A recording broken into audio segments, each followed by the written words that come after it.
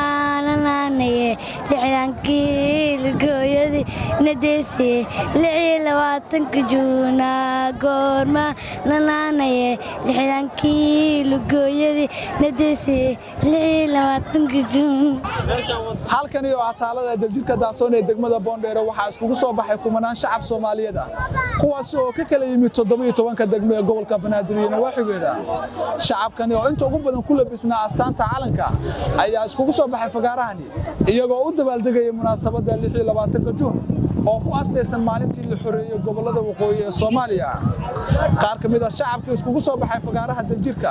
oo u suurta gashay inay warbaahinta qaranka la hadlaan ayaa cabir dareenkooda ee waxay uga dhigan tahay inay maanta iskugu soo baxaan barxadda weyn ee fagaaraha daljirka waxaan leeyahay hambalyo koodi luuliyo iyo 26 Juun aan ugu hambalyeynaya ummadda Soomaaliyeed meel walba ay ku nool yihiin sanadkiis waxaan leeyahay bashbash iyo barwaaqo Ilaahay ha nagu gaarsiiyo anagoo caafimaad qabno iyo wadankeena noo hagaaga insha Allah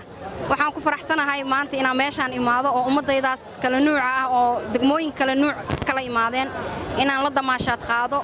oo la farxadda la qaybsado ما شاء الله درينكيga lama soo koobi karo maanta maxaa yeelay mashxaradeeda aad ay u kacsan tahay waa maalin Soomaaliya oo dhan ay ciid u tahay waa maalin aan calankeena xuseyno gobolada waqooyi sanadka hore waxaan ugu qayb qaatay aniga iyo wiilkayga halkaan hadda aan taaganahay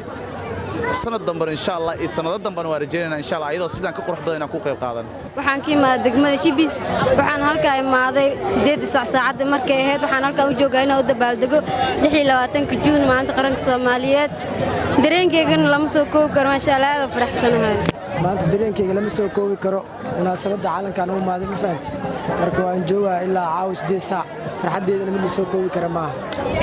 TV qaran karta aad baan salaamay ma sha Allah sidaan nolol shaqeyseen farxadeena aan ugu soo bandhignay iyo shucuurteena maanta waa maalin farxadeed oo aan caadi ahayn waa 26 Juun waxay noo tahay maalmaha iido kala mid ah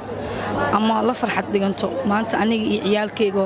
waxaan nahay 7 qofood waxaan ku sugannahay taalada Soomaaliya ha noolaato 26 Juun waa maalin ka mid ah maalmaha qarannimada Soomaaliya astaanta waa iyadoona maalintan ay ku beegan tahay maalintii gobolada waqooyi ee Soomaaliya ay xornimada ka qaateen gumaysigii Ingiriiska iyadoona shacabka Soomaaliyeed ay sanad walba u dabaaldegaan maalintani oo kale